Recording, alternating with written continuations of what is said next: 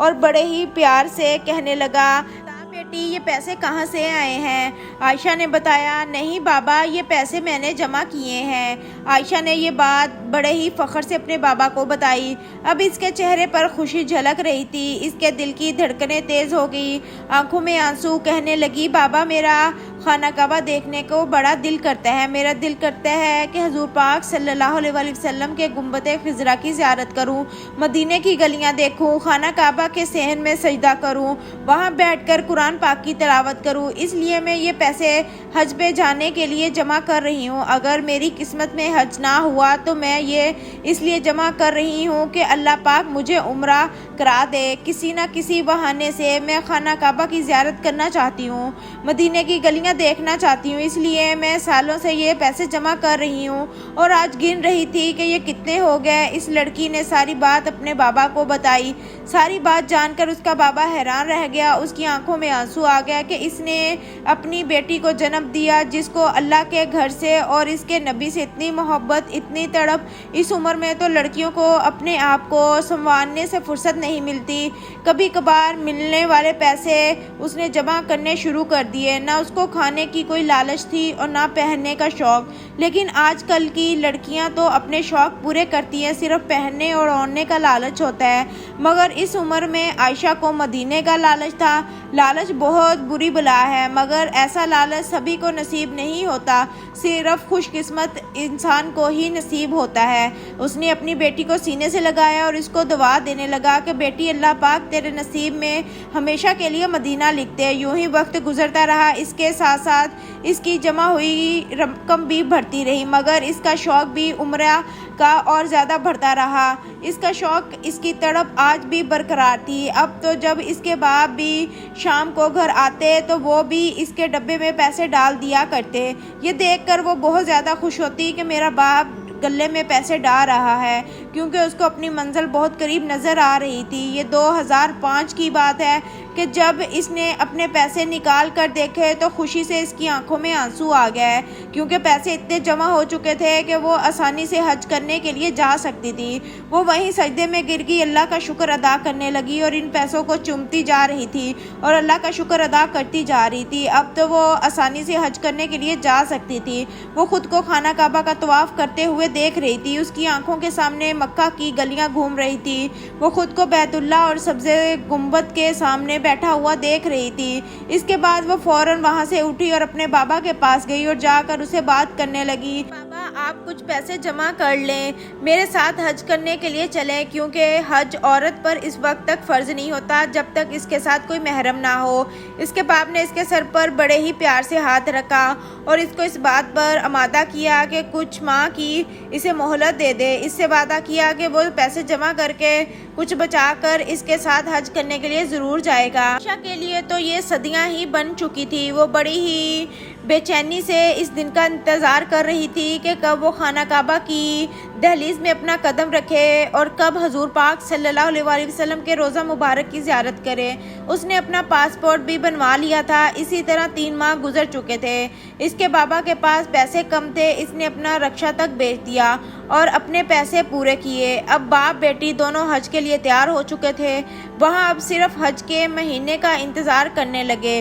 وہ بچوں کو قرآن پڑھاتی رہی، اس کا باپ اپنا رکشہ بیچ چکا تھا، وہ محنت مزدوری کرنے کے لیے چلا جایا کرتا تھا۔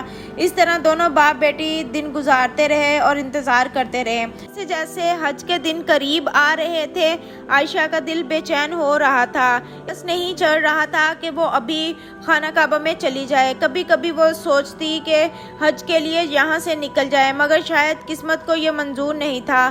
اللہ پاک نے غفلت میں سوئے ہوئے ہم انسانوں کو جگانے کے لیے زمین کو ہلا دیا۔ اس وقت 2005 میں ایسا زلزلہ آیا کہ ہر طرف تباہی ہی تباہی مچ گئی تھی۔ کشمیر کے گاؤں اور شہر کا نام و نشان مٹ چکا تھا، لوگ بے سہارا ہو گئے تھے، ہر کوئی اپنا ایک دوسرے سے بچھڑ چکا تھا، نہ رہنے کو چھت ہی تھی اور نہ ہی سامان تھا۔ بے شمار لوگ اپنوں سے بچھڑ چکے تھے، ہر طرف رونا ہی رونا تھا، تباہی ہی تباہی تھی، بھوک ہی بھوک تھی۔ بہت ساری امدادی کارروائیاں شروع کی جا چکی تھی، جس میں حکومت اور عوام نے بڑھ چڑھ کر حصہ لیا۔ پورے پاکستان کے لوگ اپنے ہم وطنوں کو اس مشکل حالت حالات میں ان کے ساتھ چل پڑے تھے، کھانے پینے کا سامان لے کر، ان کے پہننے اور اوڑھنے کی اشیاء لے کر۔ جب عائشہ کو اس حال کا علم ہوا تو وہ رو پڑی۔ اس کو یہ سن کر بہت زیادہ دکھ ہوا کہ ہمارے پیارے آقا کی دکھاری امت کس طرح بھوک سے مر رہی ہے۔ چھوٹے چھوٹے بچے یتیم ہو چکے ہیں، ان کے پاس کھانے کو کچھ نہیں، اس کے پاس نہ کوئی چھت ہے نہ ہی کوئی سامان ہے۔ یہ سب سن کر وہ زار و قطار رو رہی تھی۔ ظاہری سی بات تھی، جس کے دل میں مدینے کی محبت ہو، خانہ کعبہ کی تڑپ ہو اور اس کے دل میں درد نہ ہو، یہ کیسے ہو سکتا ہے؟ عائشہ اور اس کے باپ نے اپنی ساری جمع پونجی مدینے والے کی امت کے لیے وقف کر دی۔ وہ کہنے لگی کہ ان پیسوں کی مجھے ضرورت نہیں، اس وقت ان پیسوں کی ضرورت ان لوگوں کو ہے، حج تو میں پھر بھی کر لوں گی۔ مدینے والے آقا کی دکھیاری امت کے لوگ بھوک سے مر رہے ہیں اور میں حج کرنے کے لیے کیسے جا سکتی ہوں؟ اگر میں ان پیسوں سے حج کرنے کے لیے چلی بھی گئی تو جس مدینے والے کی میں دیوانی ہوں، کہیں کل قیامت کے دن مجھ سے مدینے والے نے یہ کہہ دیا کہ میری امت کھانے پینے کو ترس رہی تھی تو تم نے کیا کیا، تو اس وقت میرے پاس کیا جواب ہوگا؟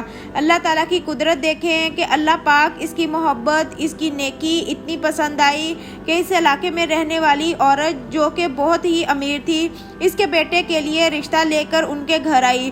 وہ جانتی تھی کہ یہ بہت نیک اور حافظ قرآن بچی ہے، بچوں کو قرآن پاک پڑھاتی ہے۔ اس نے اس کے باپ سے بات کی تو وہ پریشان ہو گیا، کہنے لگا کہ اس وقت میرے ہاتھ خالی ہیں، میرے پاس اپنی بیٹی کو دینے کے لیے کچھ بھی نہیں ہے۔ کی ماں نے کہا کہ آپ کی بیٹی کے پاس قرآن پاک جیسی دولت ہے، ہمیں صرف وہی دولت چاہیے، آپ کی بیٹی کا دہیج بھی میں خود بناؤں گی، مجھے بس اپنی بیٹی کا رشتہ دے دیجیے۔ اس کے باپ نے بغیر سوچے سمجھے اس کا رشتہ طے کر دیا اور کچھ ہی دنوں بعد اس کی شادی ہوگی۔ وہاں دلہن بن کر اپنے سسرال چلی گئی۔ اب عائشہ کا شوہر سعودی عرب میں اپنا بزنس کرتا تھا۔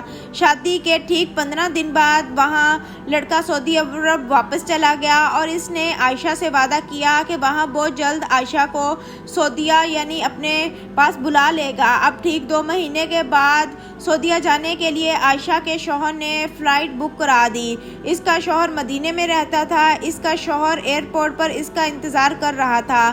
عائشہ اپنے آنکھوں میں آنسو لیے مدینہ شہر پہنچ چکی تھی۔ عائشہ مدینہ پاک کی سرزمین میں سوچ رہی تھی یا کہیں میں یہ کوئی خواب تو نہیں دیکھ رہی۔ وہ جو مدینے کو دیکھنے کے لیے تڑپ رہی تھی، مدینے والے کا ایسا کرنا ہوا اس کو مدینے کا رہنے والا بنا دیا۔ عائشہ اپنی قسمت کرتے ہوئے گاڑی میں بیٹھی اور اپنے گھر جانے کی بجائے سیدھا گاڑی مسجد نبوی کے پاس رکی۔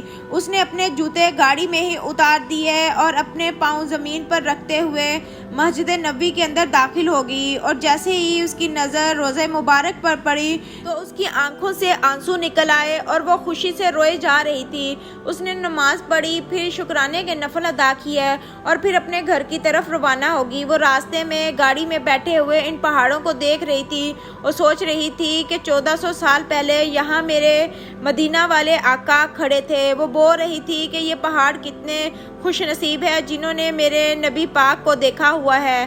پھر وہ کعبہ کی طرف روانہ ہوگی۔ کعبہ پر نظر پڑتے ہی اس کے یہاں جذبات، وہ آنسو اور سجدے کے ذریعے اپنے اللہ کا شکر ادا کر رہی تھی جس نے اس کی محبت اور تڑپ کو منزل بخشی تھی۔ آج اس کو یاد ہی نہیں کہ اس نے کتنے عمرے اور کتنے حج کیے۔ اس کا ہر خواب پورا ہو چکا تھا۔ اس کے باپ نے اس کو دعا دی تھی کہ بیٹی، اللہ پاک تیری قسمت میں مدینہ لکھ دے، اور وہ مدینے کی مقیم بن چکی تھی۔ بچپن سے جڑے گئے پیسے مشکل وقت میں امت کو دینے والی کو اللہ پاک کیسے مایوس کر سکتا تھا؟ سبحان اللہ۔ آخر میں اللہ پاک سے یہی دعا ہے کہ اے میرے پروردگار، حج کا دن بہت ہی عظمت والا دن ہے، یہ دن بہت ہی شان والا ہے۔ پاک پروردگار، اس دن کے صدقے تیرے سامنے جھولی پھیلائے ہیں، تو ہماری دعاؤں کو سن رہا ہے اور تو ہی ہماری دعاؤں کو قبول کرنے والا ہے۔